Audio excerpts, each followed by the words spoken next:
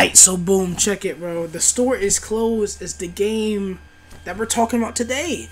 I peeped this. It was on my gaming tab. It was it's a Kickstarter game that's on Kickstarter right now, and I love the SCP style and storytelling and how the community came together and make this like universe type thing, and the games that's come from it has been good, bad, whatever, but this game it has got the infamous infinite Ikea like a story plot line, SCP thing, whatever, you know what I'm saying, and looking at this game now, it really has the Ikea like brand has like the backrooms kind of like usability, or I would say like it has the same. It feels the same, is what I'm saying. It has the same feel. It has the same like outlook towards it. It's just like I've never been to IKEA, and I'm not trying to go to it after seeing this. You know what I'm saying? Like it just has that feeling. And I'm looking at the trailer here, the short trailer they put out to so they can promote the Kickstarter. Like it's a Kickstarter trailer, and I got a couple questions. This could be a good game, but in the trailer, somebody's talking over it right now. Obviously muted it so you can hear me talk over it. But he was saying survive and get out of here. But it seems more like a wave survival. I'm kind of confused whether you're surviving. Is it like 7 days until 7 days in hell, or however that game is, where you try to survive as long as you can? Like, is it like wave survival, or is it like you escape? Because we don't actually see him escape. We just see him, destroy things, explore, and then especially this. What is this big guy gonna do? Like, how do you defeat him? Is that like you lose cutscene, or is that like a Easter egg type thing? If that's a boss, how do you deal with it? Because obviously from that it's a It was an animation, so there could be if you lose, or it could be at the end of the game, like, oh, the twist is you can't leave or something, or it might be like you actually fight them, and that's obviously not what you see when you fight them. Like, it could be just a normal AI, the boss AI for like getting out of it. It kind of is like, it's kind of questionable. Like, you place down a bed, is the bed like Minecraft rules? That's where you respawn. And then like the mannequins are moving. Like, it has a lot of it's an interesting concept. I just don't see how it all ties together. You get the flamethrower, the chainsaw, you get the crowbar. But okay, let's just go on to guess that the objective is to leave the IKEA. And how do you do that? Do you just navigate? Do you just walk this direction? And in Backrooms, it's basically just a maze with extra bullshit in between with a monster chasing you. That's what the Backrooms is. Most of the games is what I'm saying. And in the Backrooms, in some of the Backrooms games, you're not able to like alter the terrain or material. But let's just say that this game is like the Backrooms, you got to find your way out. You can destroy the terrain so you know that you've been there before, or you can just go out and explore and try to figure your way out of it. I think it's very ambitious, right? And I feel like all these different enemy types and like TV monsters and the half moon and invincible mannequins, it has to play very well in how you survive. There was this horror game. I wish I was around when it came out, because I really wanted to talk about, where it's like sound based. So it was a couple of them. For some reason, the indie scene boomed with a bunch of like sound based one versus one man army type of playstyle. So like, or it's sometimes just AI, but you get your forecast and you try to get to this place with not making much in-game sound, so like walking on glass and blah blah blah. It was a really good horror game. It just got stale because it had the element there, but it wasn't nothing else that can convey it to be something cool. And I'm scared that this might be that it might it won't have something else to convey it. Like, why would you build a base if you're just trying to get out? Why wouldn't you just run? During the day, they're not hostile, right? So wouldn't you be able to just find the exit in the day? Is the store so big that you can't find it in one day?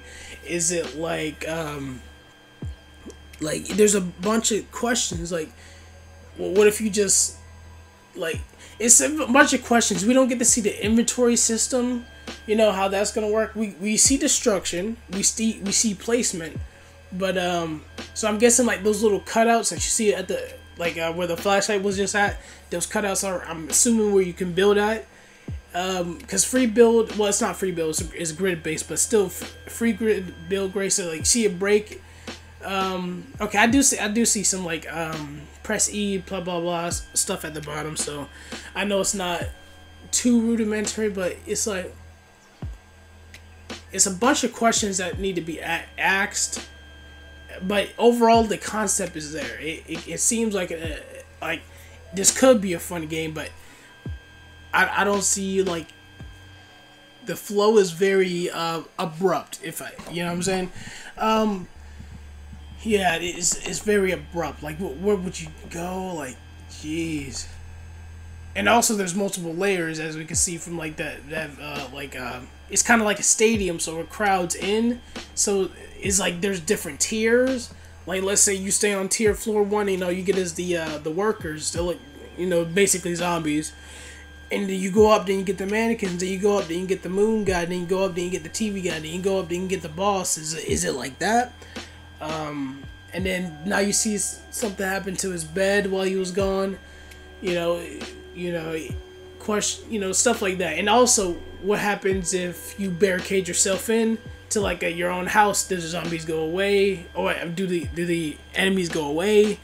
Do they break down? You know, how do you find a fucking flamethrower in an Ikea?